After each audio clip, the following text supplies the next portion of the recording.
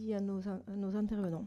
Il y a 2 mois, le monde entier assistait avec stupéfaction à la chute du régime de Bachar al-Assad.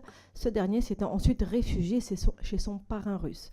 Si cette chute a été accueillie avec soulagement par la communauté internationale et si la France peut se féliciter d'avoir résisté malgré des pressions fortes à toute tentative de normalisation avec ce régime criminel, elle a aussi soulevé de vives inquiétudes quant à l'arrivée au pouvoir d'un gouvernement islamiste.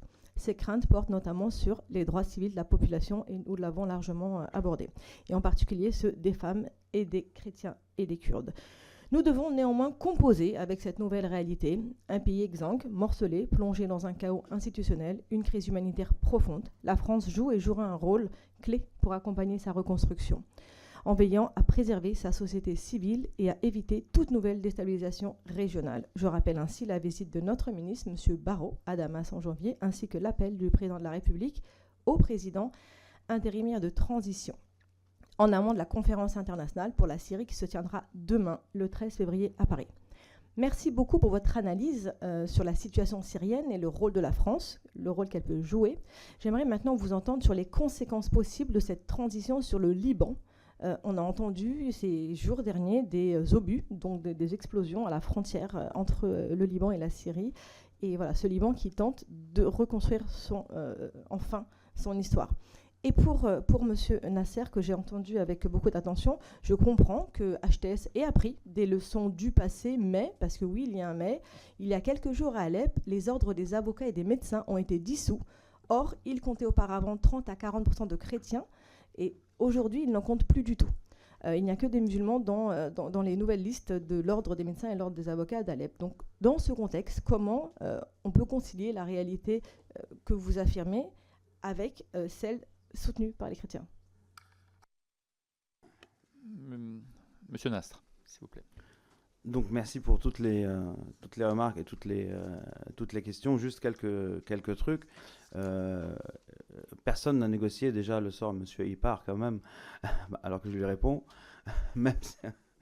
Donc la France n'était pas parmi ceux qui ont négocié le sort de la Syrie, parce que le sort de la Syrie et des Syriens était discuté sans les Syriens. C'est Ahmed El-Shara qui a retourné la table et qui a remis les Syriens au centre du jeu. Ça, il faut le rappeler. Concernant les réfugiés, permettez-moi un trait d'humour.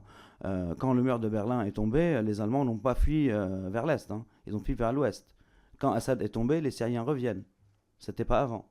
Les réfugiés syriens qui étaient au Liban et qui fuyaient la guerre entre le Hezbollah et Israël traversaient les zones du régime pour se réfugier chez les rebelles.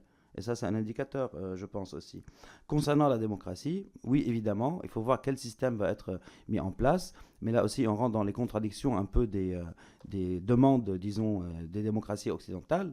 Parce que si on veut une démocratie totale, sur un pays où il y a 80-90% de musulmans sunnites, c'est eux qui vont élire leurs représentants comme ils veulent. Si on veut quelque chose de particulier pour ce qu'on appelle les minorités ou les communautés, là, il faut voir quel serait et quel type d'interventionnisme faudra-t-il faire à ce titre-là.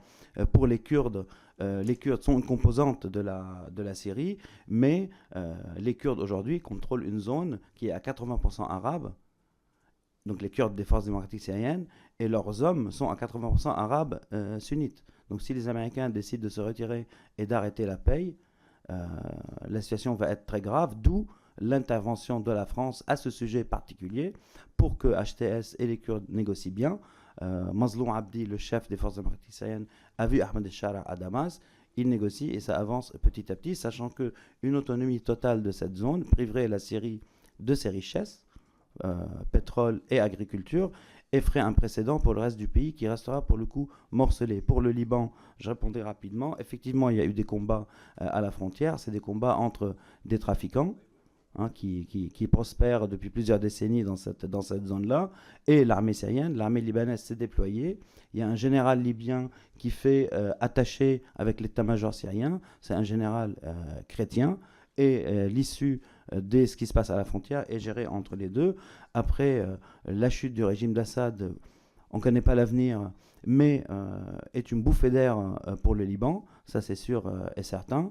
On verra comment les choses vont évoluer, parce que les deux pays ont tout intérêt à ce que les relations se passent bien et qu'elles soient cordiales. Et là, pour le coup, la France a un vrai rôle à jouer dans ce cadre-là, ne serait-ce que par la présence de la FINUL, par la présence d'une force de surveillance peut-être à la